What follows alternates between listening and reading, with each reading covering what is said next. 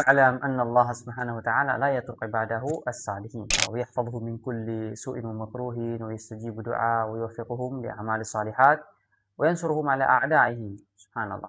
Lagi nating tandaan ng Allah Subhanahu wa Ta'ala ang dakilang tagapaglikha ay hindi niya iiwan ang kanyang mabubuting alipin. Subhanallah.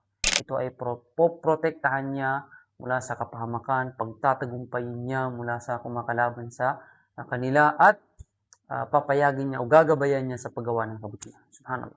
Katulad ng nangyari kay Propeta Muhammad, sumakinawa ang kapayapaan, sallallahu alaihi wasallam, nang dumating ang panahon na nahinto ang revelasyon, of course, ang propeta ay nalungkot. Dahil kanyang naramdaman na para bang iniwan siya ng Panginoon, subhanallah. Dahil ito ay nahinto. At isa sa mga babae mula sa Quraysh, mga musyrikin, hindi mananampalataya, sinabi kay propeta na katotohanan iniwan ka na ng iyong Panginoon. Kadwadda'a ka rabbuk. Katotohanan ay iniwan ka na, kanyalimutan ka na ng iyong Panginoon. Subhanallah. Ang propeta ay nalungkot. At agad-agad na dumating ang wahi mula sa surat Tuha. Ma wadda'aka rabbuka wa ma qala.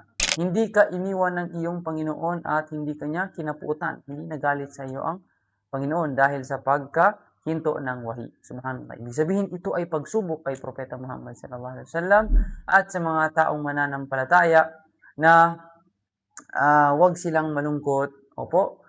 Dahil ang Allah Subhanahu wa Ta'ala ay titignan niya lang ang iyong pananampalataya o ang sipag mo o ang lakas ng iyong paniniwala. Opo. Allah Ta'ala.